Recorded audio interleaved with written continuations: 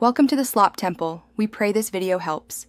You start by confirming your device runs iOS or iPadOS with the graphing calculator feature. Otherwise, update the OS.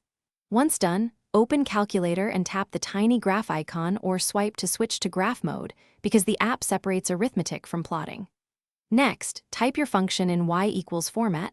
Use parentheses for compound expressions, since that prevents parsing errors.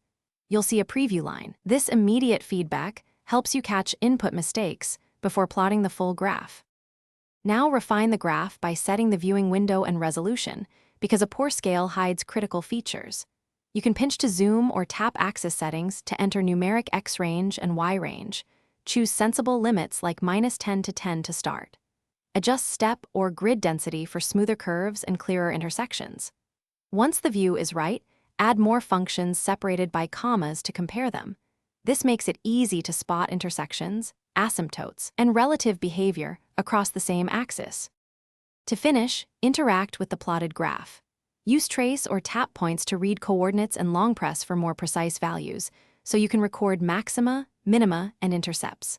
When satisfied, tap Share or Export to save an image or copy the function and results for notes. If the graph doesn't appear, verify your equation syntax, ensure parentheses are balanced, and confirm your OS supports calculator graphing. Updating the system or retyping the function usually fixes the issue quickly. Thanks for watching. Consider subscribing if we helped you.